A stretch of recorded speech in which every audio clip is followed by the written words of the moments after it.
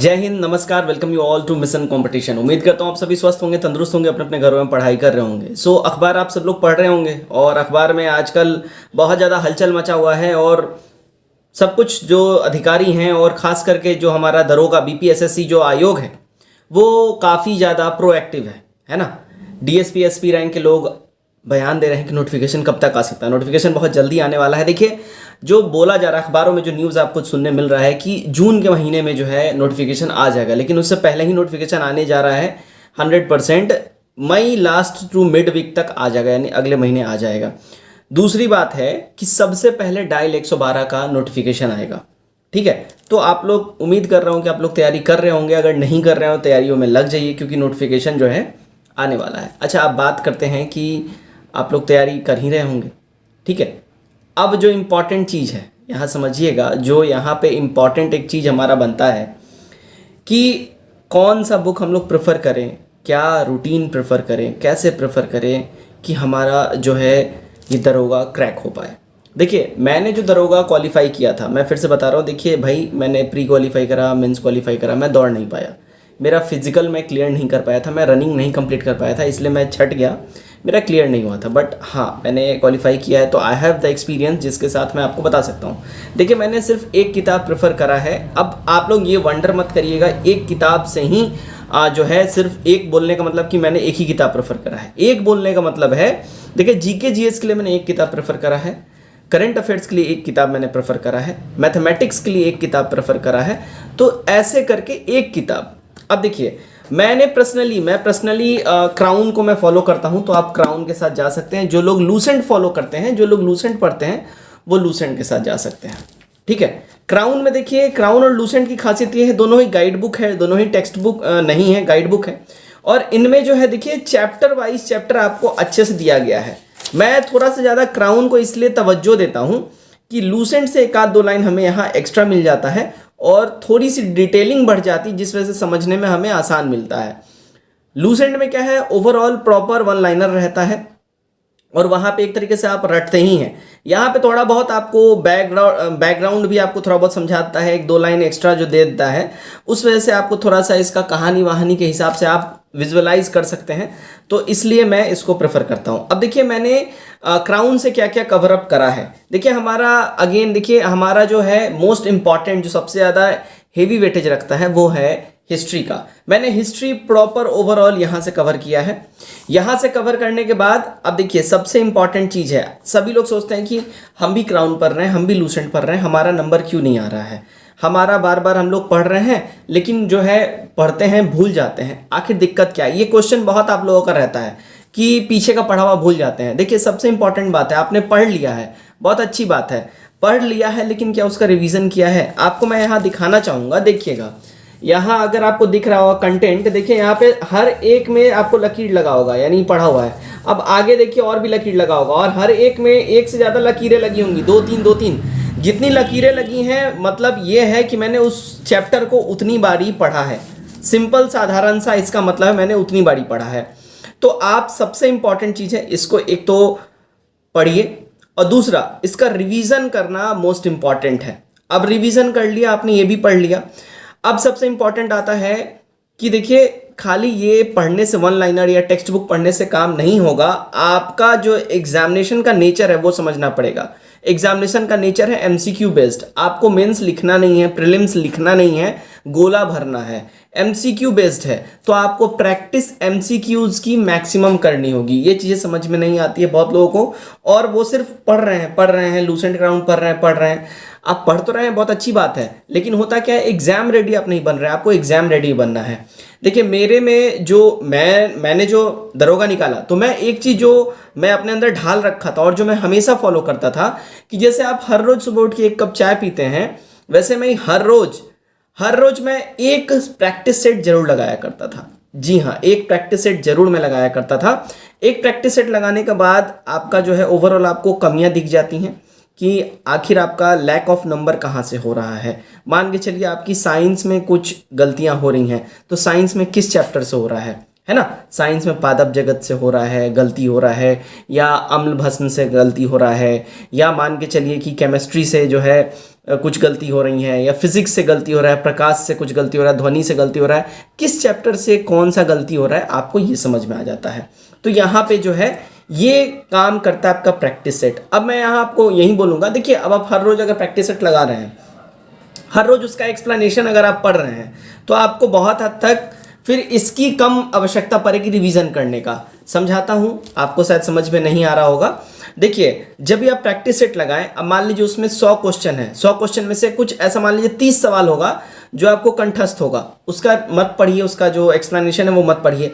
लेकिन 70 सवाल ऐसे होंगे जो आपको कंठस्थ नहीं है, उसका एक्सप्लेनेशन अच्छे से पढ़ जाइए। एक तो वो चैप्टर, वो क्वेश्चन आपको रिवाइज हो गया, दूसरा उस क्वेश्चन से रिलेटेड 4-5 फैक्ट आपको वहाँ पे रटाए जाते हैं, उस डिटेलिंग में रहता है, तो वहाँ से आपका वो भी कवर हो जाता है। तो उस क्वेश्चन के इर्द गिर्द के 4-5 क्वेश्चन आपके तैयार हो जाते हैं, तो आपका ये तो रिवीजन वाला काम हो गया। चलिए बैक टू आवर कंटेंट, ठीक है। तो क्राउन से एक तो मैं ये पढ़ा और प्रैक्टिस सेट में लगाता था। साइंस के लिए वंस अगेन मैं क्राउन ही फॉलो करता था।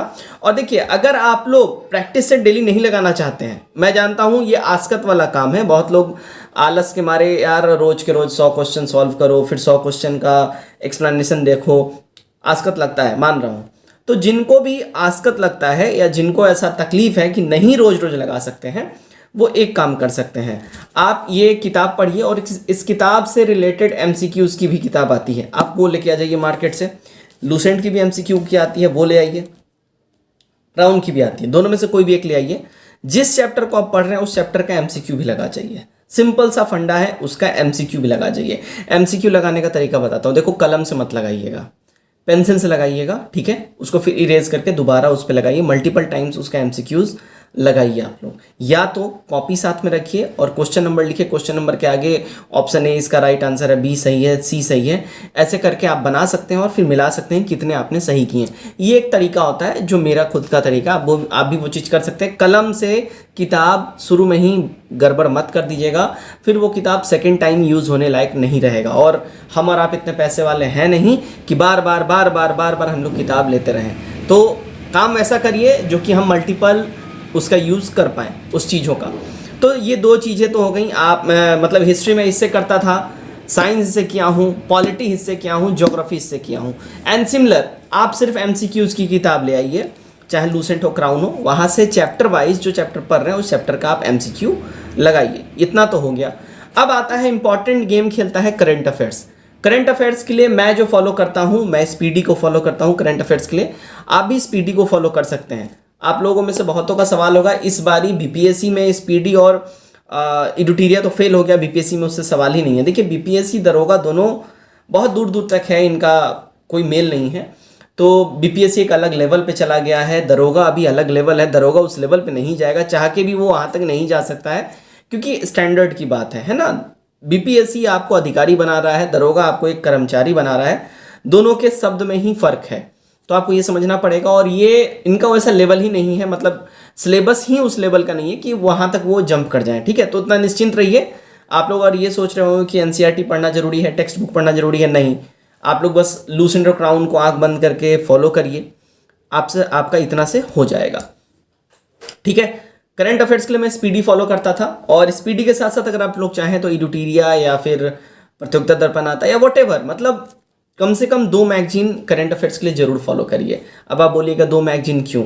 देखिए होता क्या है ना, हम भी इंसान हैं, आप भी इंसान हैं, पढ़ते पढ़ते एक किताब आदमी उब जाता है और उसमें कलर करते करते, मार्किंग करते करते दोबारा पढ़ने का इच्छा नहीं करता है। तो जब 2 किताबें रहेंगी तो देखिए कंटेंट 19-20 का फ़र्क रहता है। अगर इसमें एक आध क्वेश्चन छूट गया, वहाँ पे एक आध क्वेश्चन मिल जाएगा।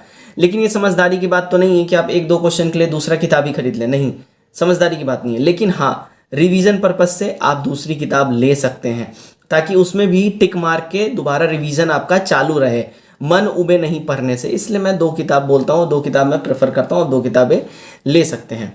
देखिए तो ये तो प्रीलिम्स का बात आ गया। बहुत लोग मैथमेटिक्स को हल्के में लेके चलते हैं, रीजनिंग को हल्के में लेके चलते हैं, वो नहीं करना है। आपको मैथ और रीजनिंग तो पढ़ना ही पढ़ना है, सवाल यहाँ से आपके बनेंगे ही बनेंगे। मैथ और रीजनिंग के लिए देखिए 5 सवाल ही प्रीलिम्स में आते हैं और मेंस के अंदर आपके 20 सवाल फिर हो जाते हैं। तो प्रीलिम्स में आपका वेटेज बहुत कम है मैथ और रीजनिंग का, लेकिन मेंस में आपका वेटेज ज़्यादा हो जाता है। तो मैं यही बोलूँगा, मैथ का अभी से ही आप लोग पढ़ाई करिए, ठीक है। मैथ के लिए आप लोग यूट्यूब पे बहुत से यूट्यूब चैनल है, रीजनिंग के लिए बहुत से यूट्यूब चैनल हैं जिनसे आप पढ़ाई कर सकते हैं। मैथ और रीजनिंग के कुछ स्पेसिफिक चैप्टर हैं। आपका अर्थमेटिक जो है ना, मैथमेटिक्स से बिल्कुल ही कवर अप होना चाहिए। अर्थमेटिक में 6-7 ऐसे इंपॉर्टेंट कोर चैप्टर हैं जहाँ से सवाल ज़्यादा बनता है, जैसे टाइम एंड डिस्टेंस, ट्रेन हो गया, एज हो गया आपका, उसके बाद परसेंटेज, रेशियो, प्रोपोर्शन, पार्टनरशिप, है ना। ऐसे 6-7 चैप्टर, 8 चैप्टर हैं जो कोर हैं जहाँ से सवाल ज़्यादा आपके बनते हैं, ये आपको कर जाना है। अगेन अगर आप रीजनिंग में चले जाइएगा, रीजनिंग में जब आप जाइएगा, रीजनिंग में भी सिमिलरली, रीजनिंग में भी आपके 5-6 ऐसे चैप्टर हैं जो कोर हैं जहाँ से सवाल बनते हैं। लाइक सीरीज का एक क्वेश्चन आपको रहेगा, क्लॉक से सवाल रह सकता है, एज जो कि मैथ और रीजनिंग दोनों में ही काम आते हैं तो एज से आप देख लीजिएगा, ब्लड रिलेशन से देख लीजिएगा। तो ऐसे 4-5 चैप्टर हैं जहाँ से आपके सवाल बनते हैं। सो ओवरऑल जो आपका स्ट्रैटेजी होना चाहिए आपका ऐसा होना चाहिए। दूसरा, मैं डेली रूटीन फॉलो करता था। अब डेली रूटीन क्या होता है, बहुत लोगों को शायद ये चीज़ नहीं पता होगा। डेली रूटीन एक तरीका है, एक पद्धति है खुद को और खुद के स्टडी मॉड्यूल को एक रूटीन में ढालने का, ठीक है। जैसे कि आज आपने सुबह सुबह आप उठें और उठते ही आप एक नोट बनाइए, डायरी लीजिए, नोटपैड लीजिए, उसमें एक नोट बनाइए और उसमें ये लिखिए कि आज मुझे 5 चैप्टर पढ़ने हैं। एज एग्जाम्पल, क्राउन किताब से आज मुझे 5 चैप्टर पढ़ने हैं। मान के चलिए कि आपको मेडाइवल से एक चैप्टर पढ़ना है, मॉडर्न से एक चैप्टर पढ़ना है, ज्योग्राफी से एक चैप्टर पढ़ना है, पॉलिटी से एक चैप्टर पढ़ना है, साइंस से एक चैप्टर पढ़ना है। 5 चैप्टर आपके हो गए। तो ये 5 चैप्टर आपको आज के दिन में anyhow within 24 hour complete कर लेने हैं। ये आप खुद को टारगेट दीजिए 24 आवर्स के लिए। दूसरा, आप यहाँ पे एक और चीज़ कर सकते हैं, साथ ही साथ ये करने के बाद अगर आपको समय बचता है, बहुत लोग रिलैक्स हो जाते हैं कि बहुत जल्दी कंप्लीट हो गया है, तो बहुत अच्छी बात है। अगर आपने टाइम के अंदर कंप्लीट किया, बहुत जल्दी कंप्लीट कर लिया है, आप 24 आवर के लिए वो खुद को टारगेट दे रहे हैं और उसको आपने मान लो 3 घंटे 4 घंटे में खत्म कर लिया। आप पूरे दिन रिलैक्स तो नहीं करोगे ना, कुछ तो करना है। इतना करने के बाद पहले ये प्राइम रखिए, इतना करने के बाद आप प्रैक्टिस सेट के लिए भी जाइए। आपके पास समय बच रहा है, एक प्रैक्टिस सेट जरूर लगाइए। उसके बाद करंट अफेयर्स अगर हो सके डेली बेसिस पे 1-2 पेज पढ़ते रहिए। ऐसा नहीं कि एग्जाम आएगा लास्ट में पढ़ेंगे, नहीं। अगर आप पढ़ सकते हैं डेली बेसिस पे 1-2 पन्ने पढ़ते रहिए। यही ट्रिक आपको एग्जाम तक कंटिन्यू रखना है और इसके बाद आपको जो खुद में चेंजेस दिखेंगी वो एक नेक्स्ट लेवल का चेंज होगा।